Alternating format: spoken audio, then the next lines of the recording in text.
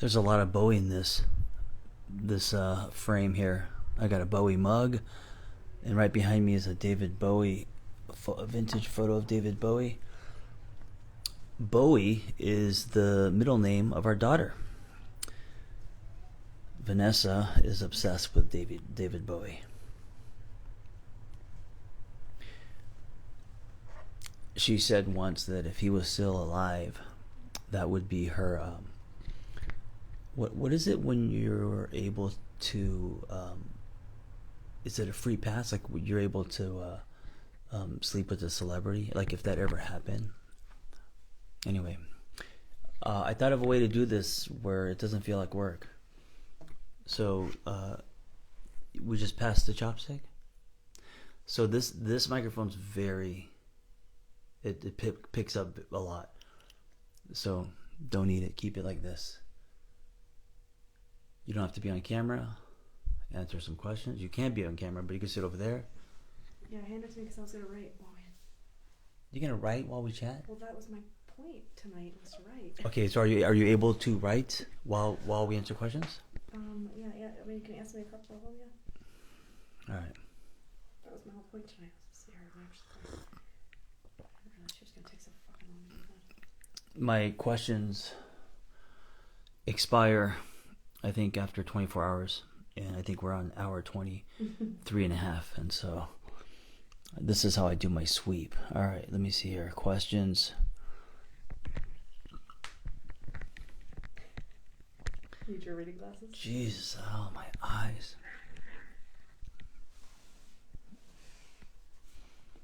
He's old and needs reading glasses, but won't accept it.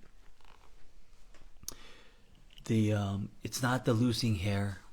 It's not, what else happens as you get old? Joints cracking, losing sleep. Yeah. It's losing your vision. Mm-hmm. That is the kind of cold shower as far as, you can't minimize that. It's so in your face. Anyway. All right. One question is, how long do I wait? It's been a year, and he doesn't want to live together. Is there a future? I mean, my first thing is, why do you want to move in? A year's nothing. When did we move in? I mean, under a year, but we had reasons. What? We did? Yeah. We didn't move in under a year. Yeah, we did. 8 months. Logan's calling us. It was 8 months. Holy shit. Wait, well, what was... Oh, the reason was because you were pregnant. Well, the other thing that goes is memory. Yeah, exactly. Let me give my little answer before I go with the little one crying. This is long form. There is a concept called the relationship escalator, Lord. Which we need to all examine a little bit more closely, which is this societal prescription that you meet, you fall in love, you move in, you get married, you have kids, right? And it's programming. I'm not saying it's not fine to want those things, but we need to start questioning where these anxieties and beliefs come from. Yeah. And if somebody is pushing back and saying, I need more time, then we need to listen to their words. And if that doesn't feel right to you, then you have every right, every reason to not stick around. But we need to listen to what people are saying to us. And if somebody is saying, that's not what I want at this moment, we have to respect that, even if that means walking away. And also, living with someone is a big deal, and I think a year into it, it's still honeymoon. It's still exciting. You're still getting to know the person 360.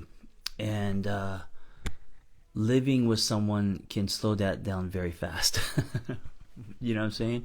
When you start to see the dirty socks on the floor and the way that he puts the dishes away and, etc. So I would hold off on moving in with someone as long as possible. And so, I mean, I think Vanessa's right. I think you're falling into the trap of shoulds based on timelines. You know, it's been a year. Why isn't he asking me to move in? Or it's been, whatever, 3 years. He's not proposing. Or, you know, whatever. He's not introducing me to his parents, and it's been 4 months. I would stay away from all timelines. Especially these days where customizing love, dating, I mean, you know, the whole process is, we're living in a time where rocks are being turned over, and the new is whatever works for you. And so I think to not buy into shoulds or comparing other people's lives and when they moved in, and, you know, all of that, I think is healthy and good. All right, next question.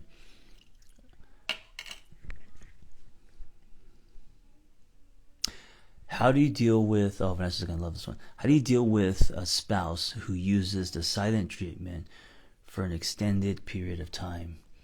So you guys know that it's not about how many times you fight, but it's about how you fight. And the silent treatment is like unfair fighting. It's like coming to a fist fight with I was gonna say a gun, but a bib, because you're acting like a child.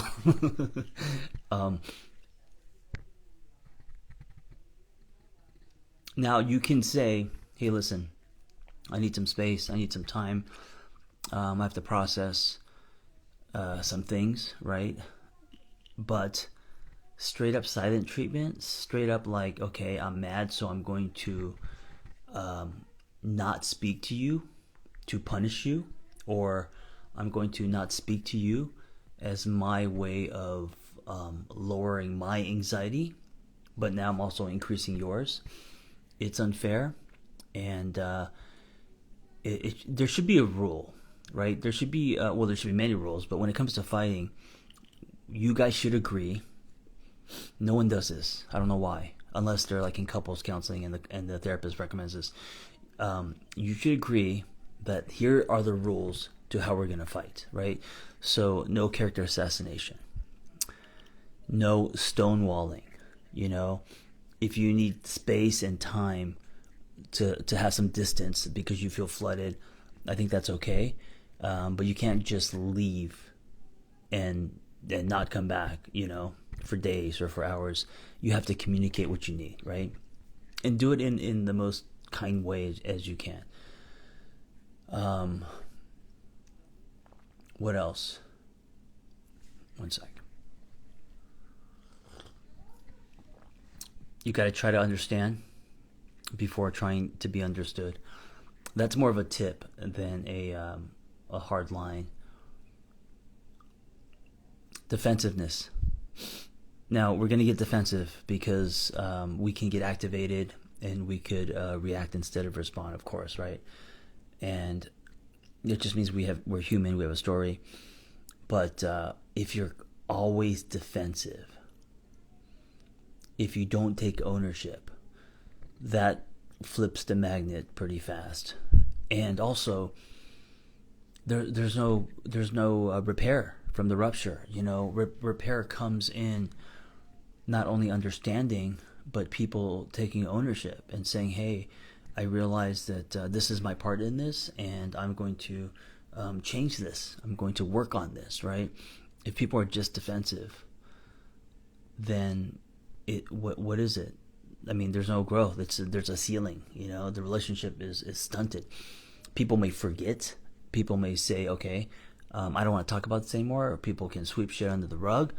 But defensiveness will stunt growth, not only your personal growth, but the growth of the relationship.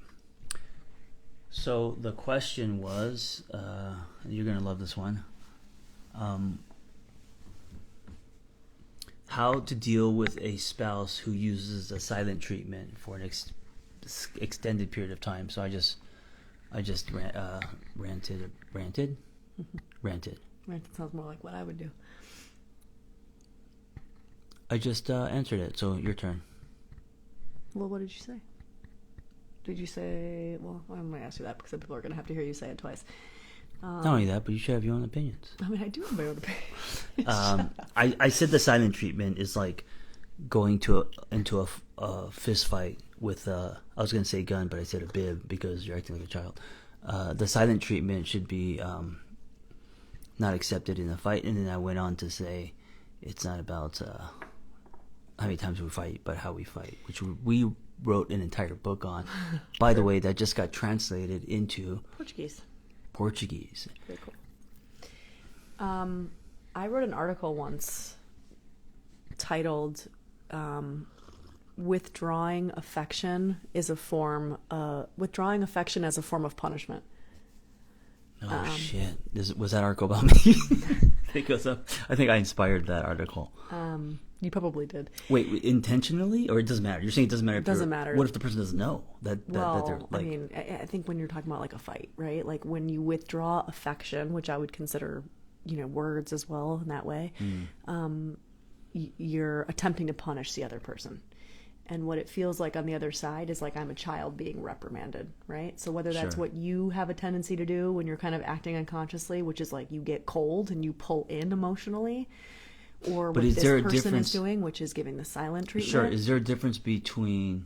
I agree with you. I can find it to be very abusive, even if that's not the intention. Okay. But is there a difference... Okay, I was going to say, is there a difference between, okay, here's what I'm going to do because I've been hurt or I'm angry, I'm going to withhold. No. I'm going to... You mean saying it up front? Like to yourself. Like the intention behind it. Or it's my way of coping, I don't even realize I'm withholding. Do you know what I'm saying? Well, here's the thing. I think the damage is the same, I'm saying. Yes, the damage is the same. I also think it's important to talk about EQ.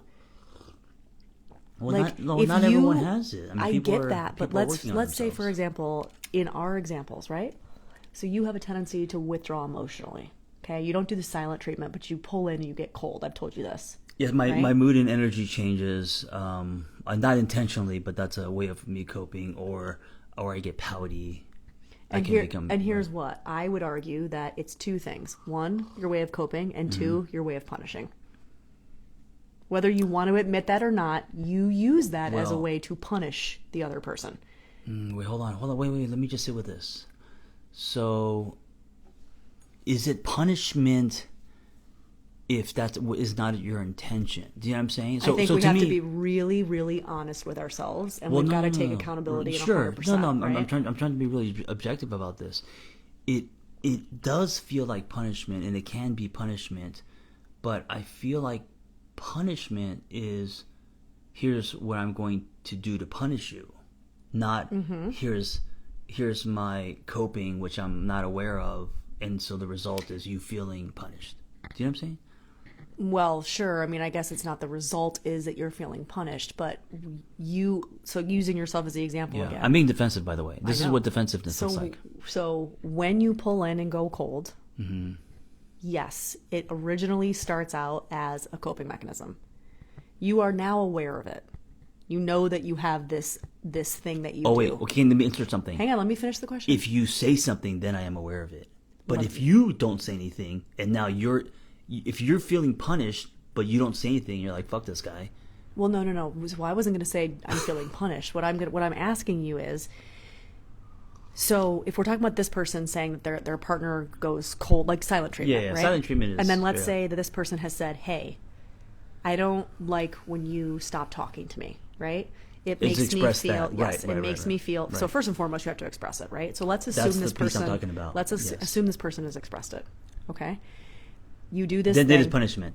Okay, that's the thing. It. So I have expressed it to you multiple times over the 6.5 whatever years we've been together, and you don't do it as much anymore, but you do still do it. Now, my question, what I was going to... When's the last time I've done that? What I was going to finish... When's the last time I've done that? What I was going to finish saying is, yes, it's a coping mechanism, but if you know that you have a tendency to do it, right, you have to ask yourself, why am I doing this? Well, sure, but... What do I hope to get? Okay, but here's the thing. Can you answer that question? What do I hope to get by doing this thing? By pulling in and going cold and pouting. Your words, pouting. I hope to get... explanation, attention, validation, all Right. those things. So A reaction from you. Yes. Right. So my point in this is I am using this as a way to Sure, get what I see it. want. Yes. So it's not about me. Oh, this is my coping mechanism. Okay, you gotta lower your It's voice. about me. I'm doing this. Now, listen, I'm not saying that the intention is malicious. But Right, what I'm but you're saying is it can be still, used as a weapon. There's still a manipulative tone to it, right? Now, we all do this shit, by the way, because I have my own version of this. I'm not fucking, right. But okay, so here's the thing. Okay, so if I'm distant and pouty and like you said, withhold emotion or whatever, and my energy changes, and you say, "Hey, here's what I'm noticing about you," or "I don't like this," or whatever, and I do nothing about it, then I think I'm using it as a weapon, or in a way, it's like I should be important to me. It's and I'm manipulation. Not doing it. It can be manipulation. It just is, yeah. Or it can be. It's not the intent we're talking about. Yeah, but it could also be like, I don't give a fuck. I'm doing it anyway, right? So it can be disregarding. Sure. It could be. You're it not could like be that, but I see what you're saying. Well, I'm just saying, if I'm doing this, and you say nothing, and well, hold on, let me finish. If you say nothing, and then you get mad and resentful on the inside, but I have no idea, so now we're both kind of in our own worlds and both angry and both doing our own thing. Neither one of us is taking accountability. Yes. So in that case, if I'm not aware that you're even mad about it, then I don't know if, I mean, what I'm doing is still wrong, but I don't know if it's weaponizing, manipulation, all this stuff. I still think it is. Because I think intention's huge. I still think it is. And my point is that even how if you're not aware. Because here's what. Your intention in doing that thing is still the same whether you're conscious of it or not. You just now, once you become conscious of it, you have to hold yourself accountable. But even when you were doing it and you were unconscious of the fact that you were doing it, you were still doing it with the intention of getting the acknowledgement, getting the validation. It's still manipulation. Yeah, but you have a responsibility. So if you have an inability because of your story, so like that's because of my story, right? The whatever that is, the pouting. I'm not blaming, by the way. I'm saying we can take accountability for our actions without beating ourselves up and saying I'm a bad person for the things that I'm doing. Right. But I'm saying is, if because of your story you can't express when you're angry, so you tend to, let's say, go quiet, cold, or sweep things under the rug or pretend, right? Then somebody said, "Oh my God, 2 therapists in a relationship, so intense." Oh, you guys don't even know. You don't even know. This is nothing. We fucking punch walls, throw chairs. No, we don't. Okay, no. But listen, that's hilarious. Don't look at them. Don't look at them. They're not, pretend like they're not even in the room. Okay, look. No, listen. Okay, go. If you, because I feel like we have a responsibility to at least try that, right? But a lot of people can't execute that. There's a lot of people who don't have those muscles, right? Yeah, so if that's something that you can't do because of your story, there's also people that default to that kind of way because of their story, and they're trying. Sure. I'm not trying to be like that, but it's me slipping into old patterns, right? So I'm trying, and I can get better at it. But I'm not going to one day, if that's been my pattern, I'm not going to one day with the flick of just make a decision suddenly, be all happy and jolly authentically, and not let something bother me. I can be aware of it and I can work toward it. Like you're not going to you're better now, but you're not going to one day just go from suppressing and being resentful and holding everything into the next day, boom, expressing exactly what you know what I'm saying? So like, that's why when you say there's manipulation and stuff, I don't think it's cut and dry like that. But there's manipulation in what I'm doing too. My point is that we all have to look at, we're not talking about intention, but we all have to look at the ways in which we use these maneuvers as a way to manipulate the situation, the person, the relationship, right? I agree that on the other side. Because me not speaking up is also manipulation. But here's the thing. Okay, so using that example, I wouldn't label that as manipulation until I'm conscious of it. Yeah, if you're doing it without awareness, I don't know if it's manipulation. If you're doing it, I think we're splitting hairs a little bit. No, it's a big deal. Like if you're doing it, if you're aware you're doing it, and you're not making any effort to change, then yes, that's manipulation. You know, you're aware that you're hurting the other person in some way, all right? If you are completely unaware of it, and you're like, oh, and then you look back and you're like, oh, fuck, last week I should have said these things, but it's really hard for me. It's still I don't important know. to acknowledge that the behavior is manipulative. Again, whether Sure. it's intention or not is not what I'm talking about, right? Okay, I'm okay, so maybe separating so, intention yes, out. okay. So the behavior is manipulative, It is. but the person isn't. That's why I'm saying intention is manipulative. not what I'm talking about. But this is what I talk about in all of my codependency recovery work. The bottom line is we use these tactics, these coping skills, these behaviors as ways to manipulate the situation, the other person, in order to get what we want Sure. from them or out of the situation. Sure, I agree with right? that. I agree So with I'm that. not talking about motivation. I'm not talking about intent. But the bottom line is the behavior is manipulative. And I'm only saying that to say, for me personally, in my healing work, I'm able to separate out. Like, I don't beat myself up for doing the manipulative thing at this point. Now I can go, fuck, I did that thing. I can look at it and go, I did that because I wanted him to do this, or because I wanted it to go like that. And I'm able to call myself on my shit. And I think it's super important when you're starting to change these behaviors that you're able to take radical responsibility and call yourself out on your shit. Because here's what, for me to change, if I have to go, oh God, that thing I did was manipulative, that immediately brings up this like icky feeling. I don't want to be manipulative. It's such a good way for me to be like, ugh, I did that thing. Let me change the behavior. We agree with how people should be in relationships. We agree that it's damaging and hurtful, both things. So whether it is someone who is withholding emotion or being pouty, or the silent treatment, right? Mm-hmm. We agree that those are all, they're damaging behaviors. Yeah, of course. And I think that the silent treatment or stonewalling, I think you're leaving the relationship, even if it's for an hour, right? So when you... As long as you're not communicating it, right? Yes. So like now it would be different if we were like, I tend to be the one that's a slower processor. I need more space. I need more time. If I were to say to you, I need to be alone for an hour. Yeah, no, I said that. I said that if you say, hey, listen, right? I need to go step out, I'm coming back, that's different. You're just communicating your needs. It's all about communication, right? Yeah. And over communication sometimes. Because I would say most of us tend to swing to the opposite side of the spectrum, which is not communicating. And so I over communicate. You over communicate sometimes content, not process. I think you speak for the sake of speaking because that's your way of controlling the situation, but you're not always communicating process. You're just communicating content sometimes. So you tend to talk as a way to try to control the situation. But sometimes it's not with a lot of like, you haven't like reflected and gone deep when you're just talking You're just doing that as like, it's an anxious way of, that's your anxiety. Do you know what I'm saying? Whereas I tend to shut down and dissociate as my way of dealing with anxiety. You're basically describing what I do in my content. Basically, she's saying I talk a lot but I have nothing to say. So... I mean, you do have a lot to say. We should have not called this Q&A with Vanessa. I should have called this... fist fight at home after the baby goes down. Two therapists. Two therapists duking it out. But it's interesting, right? Oh gosh, you're giving anxiety. I think it's interesting. I think it's interesting for us to have to look in the mirror and say, oh fuck, that thing that I'm doing, that again, no shade to myself, I see where it came from. But it's manipulative. All right, that to me is powerful. That gives me power, actually. That doesn't put me in like a victim state. That says of course, I have the power to look at myself truly and then say, how am I going to change this behavior?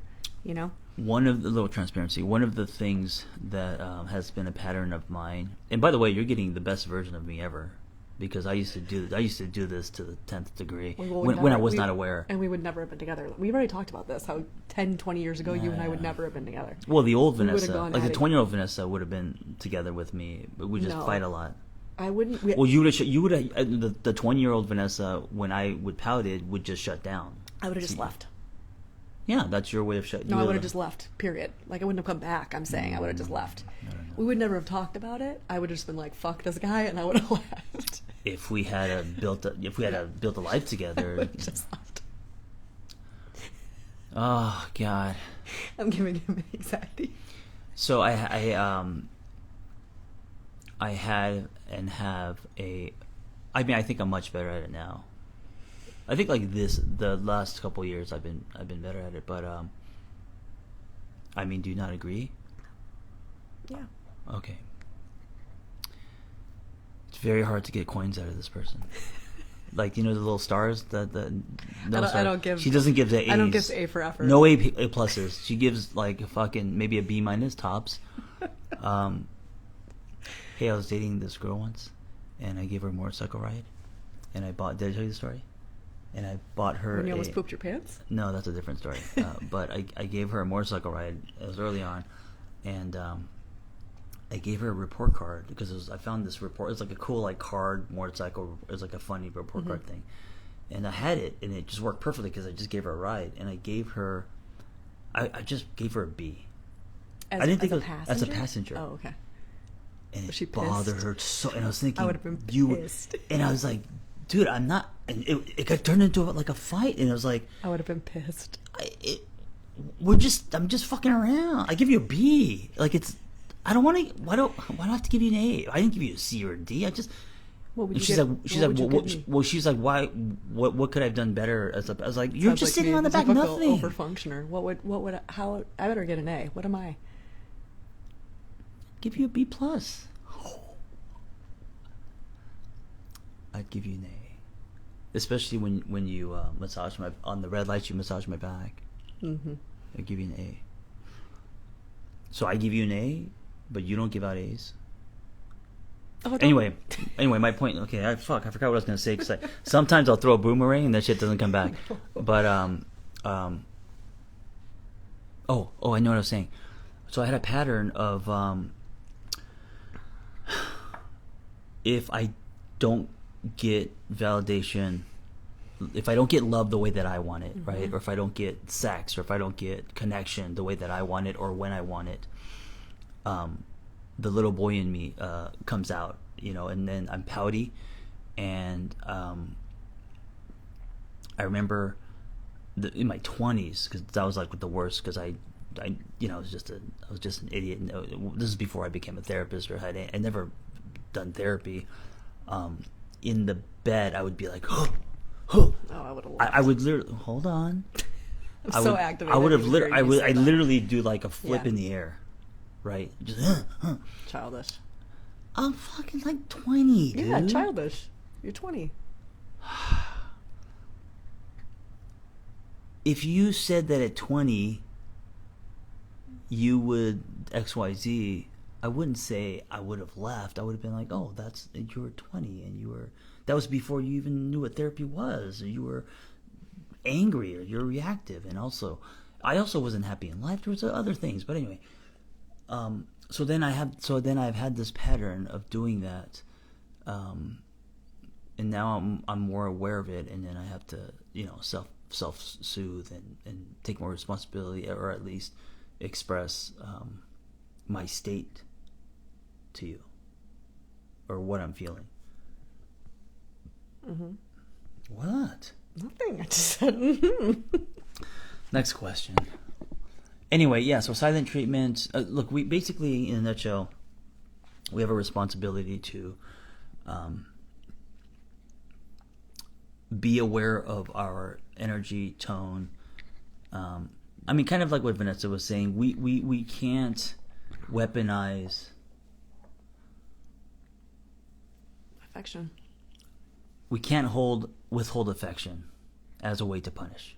Now, don't misunderstand me when I'm saying if things aren't good, if you guys are in a fight, if things are cold, whatever, you're not going to give someone affection. That's not what I'm saying. Like, clearly, when you're not feeling it, you're not feeling it. But what I'm saying is I am going to strategically withdraw affection as a way to punish you. That is, I think, the differentiation. Yeah, but see, the reason why I push back there is because I've never in my life, even when I was an idiot, said to myself, okay, I'm going to do this on purpose so she feels that way, or I'm going to withhold. It was the way that I coped. It was me not having the ability, capacity to self-soothe or But what did that person that you were with in the relationship, did she say anything to you when you did that? No, they didn't. She didn't have the ability to. Mm-hmm. Like you. She just got mad and resentful and held it in. You mean like me when I was in my 20s, yeah. Yeah, like you in your 20s. Which which just meant, I mean, we're just two young kids that didn't know anything, right? But anyway, okay, forget about when we were young. Now, so if you're listening to this, is this happening in your relationship? If it is, it's a huge red flag. It's something to look at.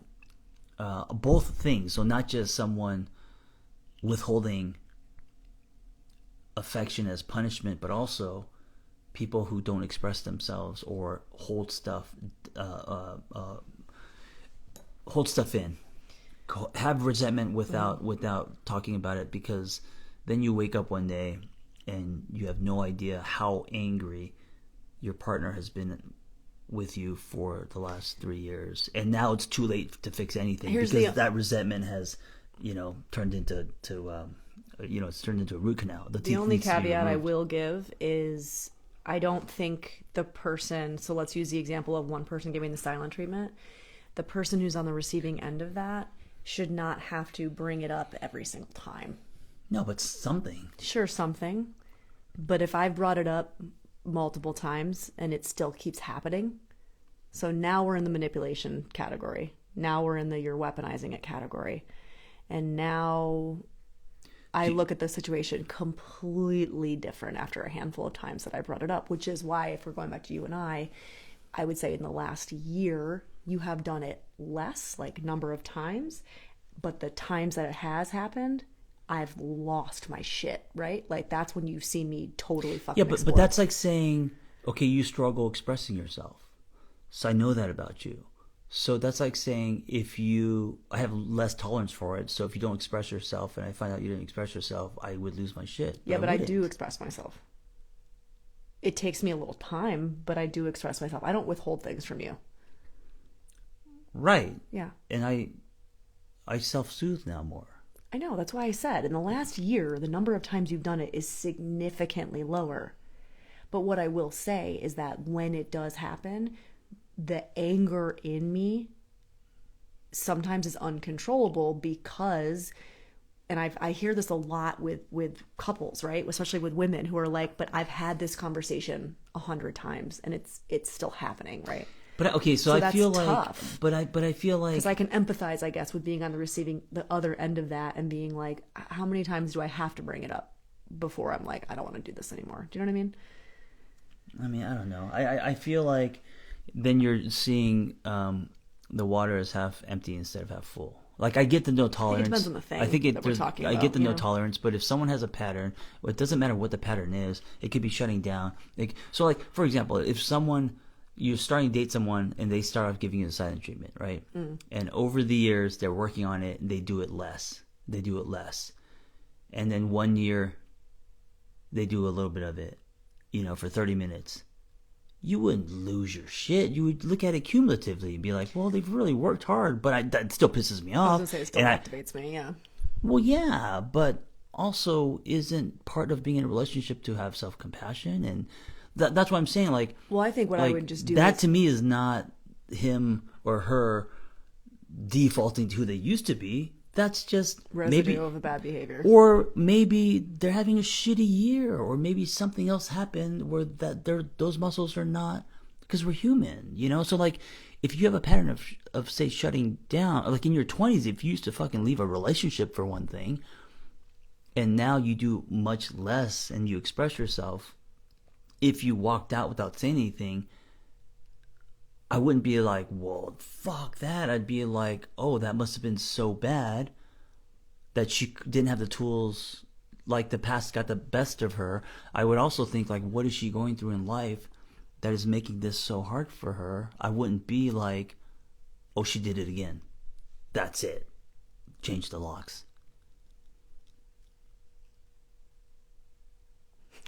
Because we're human. I just want to like. I know. I don't want to draw hard lines so hard. And I mean, you can. It's your life.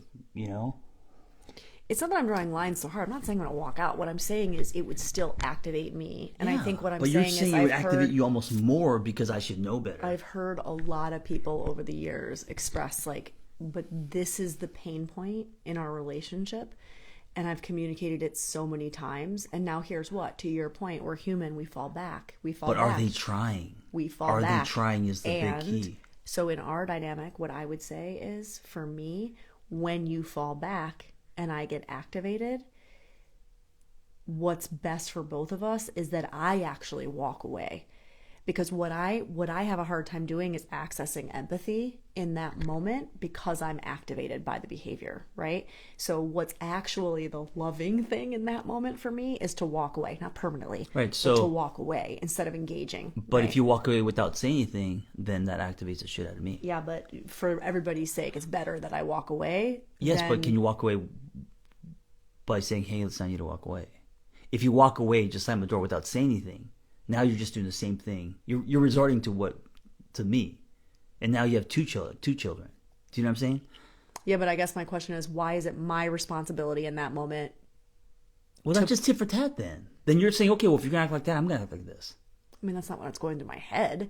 What's going through my head is I need to walk away because if I don't, I'm going to blow up, which is not healthy. Yes. Right? So what's but healthier I is could to say, walk away. well, you should know now because you're not who you used to be. You should have the tools, like I should have the tools to say, hey, listen, I'm activated. Which is your tit for tat, but yeah. You should have the tools to say, hey, I'm activated. I'm Yeah, going to walk that's your out. tit for I'll be tat. back. It's not tit for tat. It's fair. It's just fair. I'm just saying, you just said, oh, that's your tit for tat. And then you just repeated back to me exactly the same thing and did a tit for tat. I think I think most people have a tendency to do that. Well, I'm just saying if If there's a no tolerance, if you have a, don't touch me. She goes, if you need a therapist. If you have a no tolerance, like you've put up with so much shit of this behavior, Yep. you're like done, Yep. right? Zero tolerance. Yep. That to me is a hard line. Then if I put that on you, then no one's moving toward each other. Then basically it's over. Well, I think I can come back around. There's just a lot of rupturing. I think I need to take care of myself in that moment. Yes, that of is course. my number one priority. Of course, but if I attempt to take care of you before I take care of myself, we're both going to suffer in that moment because I'm activated as fuck. Right? But you expressing, "Hey, I got to step out for a while," isn't necessarily taking care of me. That's just kind of the rules that we decided to work. It was what the rules of fighting is. Yeah, I mean, You know mostly what it's I'm going to saying? sound like I need a minute or I need a break. That's probably what the best I'm going to be able to muster, I'm sure. But it will be something. That's very different than leaving out of the house without saying a word, and suddenly there's just, that's like to me in the fire. I don't know what this is. Fuel in the fire. Fuel in the fire. Sorry, that was I didn't mean to be graphic. I don't care. Whatever. Last question. I think we've been doing this for a while, huh? Yeah. God, we only got through 3 questions because we got into productive conversation. Oh, let's end on this. This is a nice question. What are your favorite ways to rejuvenate your mind, body, and soul? Hey, I don't know if Vanessa's going to come back. She's doing exactly what she said that she was not going to do. She just left. I think she left the house. No. You put in the chat, what is the best way to rejuvenate your mind, body, and soul? So let's end on this question because it's going to be much easier, less dramatic. What's the best way that you rejuvenate your mind, body, and soul? Silence. Mindfulness, grounding. Can you be more specific than silence? No, I mean, I I think nowadays that's the thing. When you I say get silence, is it like being alone, solitude, grounding, potentially being outside in my body, but just like not silence to punish someone? I'm joking. That was good. Okay. What is that called? That silence? When you punch someone? I couldn't think of it. No, the silent treatment. Oh. When she said silent, I was trying to bring it back to okay. Yes, so mindfulness, yoga. Getting in my body, grounding, getting out of my head, solitude. So for me to rejuvenate my mind, body, soul, it would be... or the beach. For me, it's the ocean. Yeah. So for me, it's different because for her, they're kind of relaxation, calming, grounding. For me, I almost find calm in chaos. So You're such an Aries. creativity, right? So like very wild, mad scientist kind of creativity, the birth of an idea, right? Connection. I find calm in, and it doesn't have to be a romantic. It could be a friend, but human connection makes me, that rejuvenates my soul. Riding my motorcycle, or like a workout that's really hard, right? A kind of workout where it's long and hard, and like you're cursing your birth, and you leave a sweat angel. That rejuvenates my body. Nothing lukewarm. That's it. The Taurus and the Aries. Ice Aries bath, responses. sauna. How do you feel? Complete. Because of me in your life. Thank you for listening. Be well.